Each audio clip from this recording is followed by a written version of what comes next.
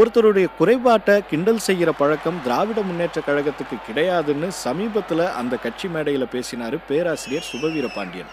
அவருடைய பேச்சில் இருந்து ஒரு பகுதியை இப்போ கேட்கலாம்.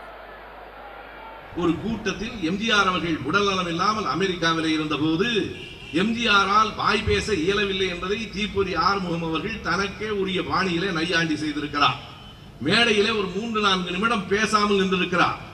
கூட்டத்திலே இருந்தவர்கள் எல்லாம் பேசுங்கள் பேசுங்கள் என்று இருக்கிறார்கள்.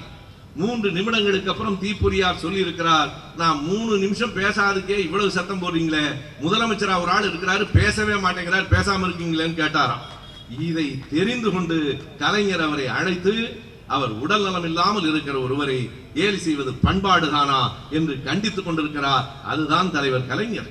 அறிஞர் அண்ணா அவர்கள் மேடையிலே இருந்த கட்டத்தில் திராவிட இயக்கத்தினுடைய முன்னோடி தலைவர்களிலே ஒருவர் நம்முடைய ஐயா சீதாராமன் போன்றவர்கள் மிக நன்றாக அறிவார்கள். நான் மறைந்து போனவரினுடைய பெயரை சொல்ல வேண்டாம் என்பதால் குறிப்பிடவில்லை. மேடையிலே பேசுகிற போது காமராஜர் அவர்களை கொஞ்சம் கடுமையாக பேசிவிட்டார்.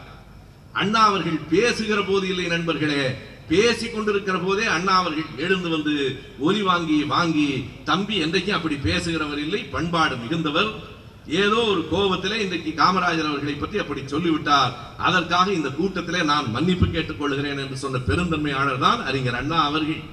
அந்த அண்ணாவின் பெயரால் கட்சி வைத்திருக்கிறீர்களே, அந்த பெருந்தன்மையிலே 100-ல் 1, 1000-ல் 1, கோடியில் 1 உங்களுக்கு வேண்டாமா?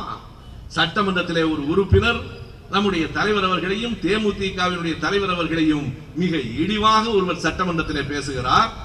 இந்த அம்மையார் கைதட்டி சிரித்து கேட்டுக் கொண்டிருக்கிறார். அவருடைய ரசனை அவ்வளவுதான். அவர் என்ன தொல்காப்பியமும் குறுந்தொகையும் படித்து ரசித்தவரா?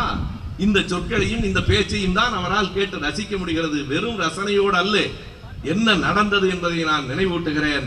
என்றைக்கு அவர் பேசினாரோ அன்றைக்கு மாலையிலே அந்த உறுப்பினரை அழைத்து அவரைத்தான் அமைச்சராக இந்த அம்மையார் மாற்றினார். அந்த அமைச்சரினுடைய பெயர் விஜயபாஸ்கர், விராலிமலை தொகுதி சட்டமன்ற தொகுதியினுடைய உறுப்பினர். எதற்கு இந்த செய்திகளை சொல்லுகிறேன்? ஒருவரினுடைய உடல்நல குறைபாட்டை நாம் கேலி செய்வதில்லை. நாற்காலியை தூக்கி கொண்டு காவலர்கள் போகிறார்கள் என்றால், ஒருவேளை அந்த அம்மையாரினுடைய முதுகு வலிக்கு அந்த நாற்காலி தேவைப்படும் என்றால் அப்படி நாற்காலியை எடுத்துக்கொண்டு போவதிலே எந்த பிழையும் இல்லை. அவர் ஒரு கட்சியின் தலைவி, ஒரு தேசத்தின் முதலமைச்சர், அவருக்கு உள்ள மரியாதையை செய்வதில் நாங்கள் மறுபேதும் சொல்லவில்லை.